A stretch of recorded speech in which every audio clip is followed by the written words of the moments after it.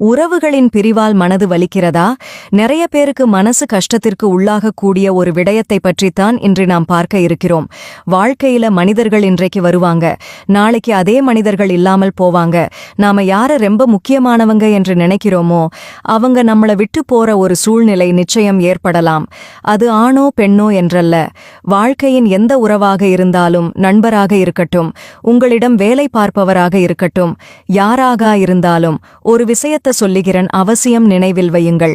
இந்த பிரிவை நினைச்சி ஒரு வலி, அத ஹார்ட் பிரேக் என்று சொல்வோம் இல்லையா? அது வரக்கூடாது. ஏன் வரக்கூடாது என்று சொல்கிறேன் என்றால், உங்களை உடைக்கிற எந்த விஷயமுமே உயர்ந்தது இல்லை என்பதை புரிந்து கொள்ளுங்கள்.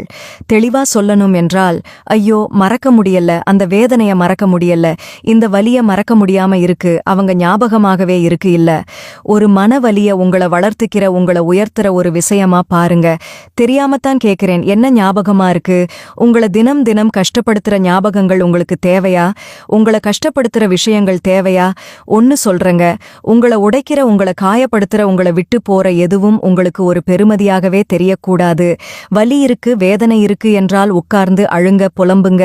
ஆனா இதையே வேலையா பண்ணிக்கிட்டே இருக்காதீங்க. ஒரு வாரமோ 10 நாளோ அதோட முடிச்சுக்கோங்க. ஆனால் ஒரு தருணம் வரும்போது அதிலிருந்து மீண்டு அதை உடைத்துக்கொண்டு வெளியே வர வேண்டும்.